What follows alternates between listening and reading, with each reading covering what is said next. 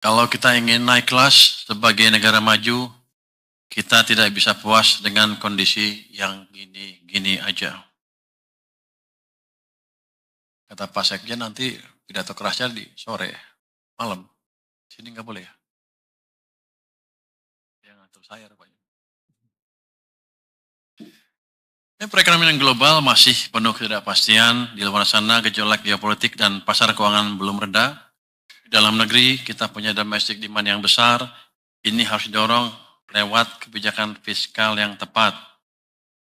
Utamanya lagi domestic demand kalau kita dorong pertumbuhannya tepat, tapi kalau banyak barang selundupan, domestic demand-nya yang menguasai perusahaan-perusahaan dari luar negeri yang bersaing secara tidak fair karena masuknya ilegal, sehingga perusahaan-perusahaan dalam negeri tidak mempunyai ruang untuk bersaing secara fair.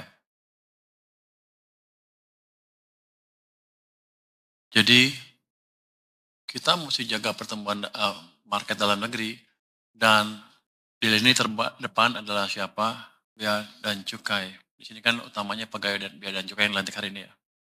Jadi Anda semua berada di lini terdepan untuk menjaga pasar dalam negeri dalam hal ini domestic demand dari persaingan yang tidak fair, dari perusahaan-perusahaan dari yang beroperasi dari luar negeri.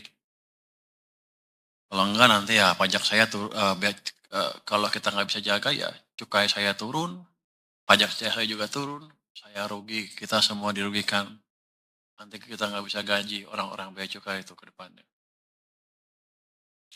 Pertumbuhan ekonomi di kisaran 5% sekarang, kita anggap stabil, tapi belum cukup untuk akselerasi.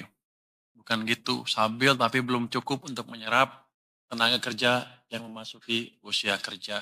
Jadi kita harus dorong pertumbuhan ekonomi ke tingkat yang lebih cepat lagi. Penerimaan negara tahun 2025 belum mencapai target, sementara belanja negara harus terus berjalan menopang program prioritas. Kalau Anda pasti sebagian klaim kan bea cukai nggak jauh dari target walaupun nggak sampai. Bukan itu yang saya mau.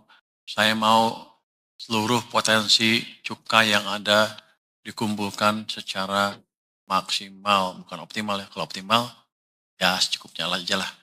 Tinggi tapi nggak di atasnya. Saya mau yang seluas-luas mungkin. Itu semua tugas teman-teman dari bea cukai di depannya. Uang fiskal kita terbatas dan harus dikelola dengan hati-hati.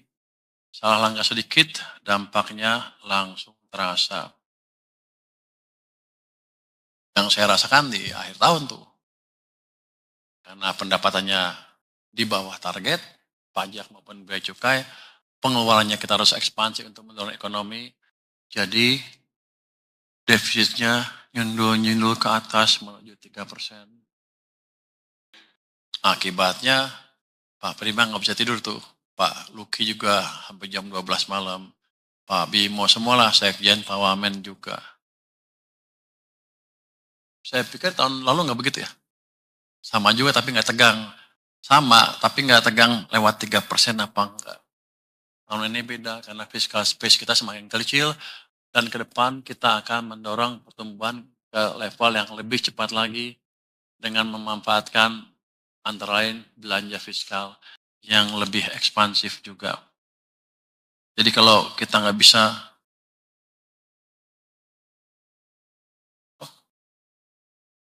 cepet-cepet katanya. Jadi pada dasarnya itu, Anda semua harus berjuang lebih keras untuk memastikan pengumpulan pajak kita, cukai kita bisa lebih optimal.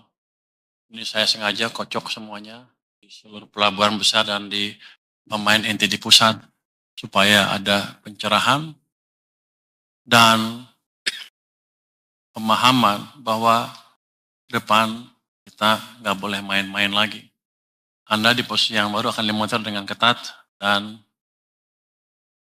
kalau ada hal yang mengecewakan, yang main-main lagi, saya akan atur ulang lagi. Jadi kalau saya ngomong sekali, jangan dianggap saya lupa, saya akan ingat terus. Kalau saya misalnya bilang balpres, diproses dong sampai pemainnya. Kalau diam-diam terus ya saya tahu Berarti sebagian nggak suka atau sebagian malah terlibat. Saya nggak perlu periksa. Jadi kalau ada indikator-indikator seperti itu, Anda harus hati-hati. Jadi tanggung jawab Anda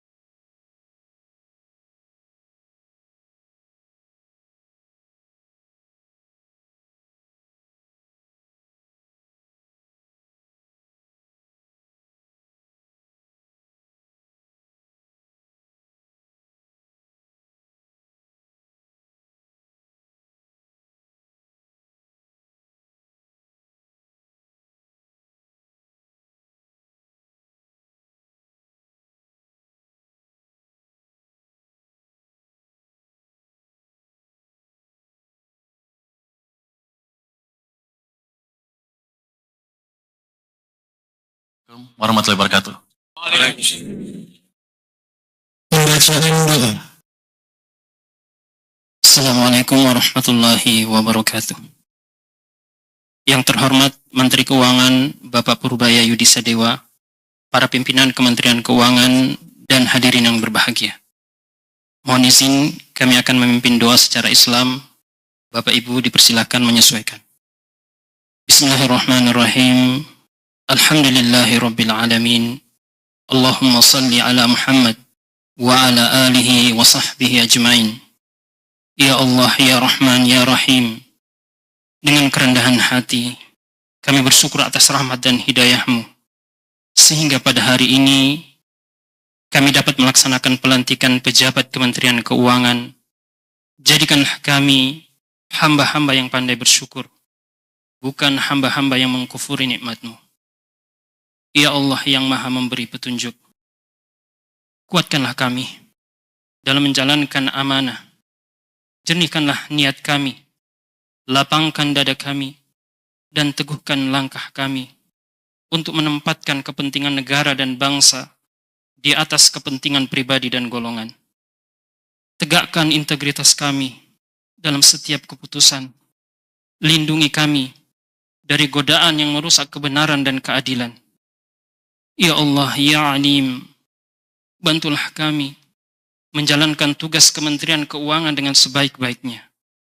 Berikanlah kami kecermatan, keberanian, dan keselamatan dalam mengambil kebijakan.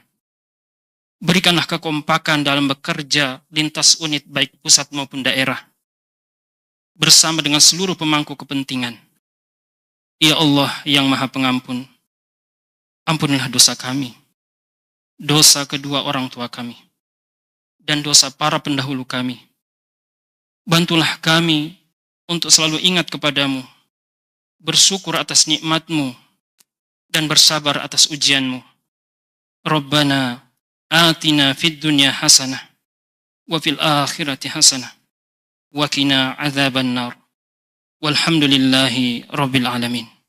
Wassalamualaikum warahmatullahi wabarakatuh. Waalaikumsalam. Hadirin yang kami hormati, dengan demikian acara selesai. Kami ucapkan terima kasih kepada Bapak Menteri Keuangan. Izin Bapak untuk dapat melanjutkan kegiatan selanjutnya.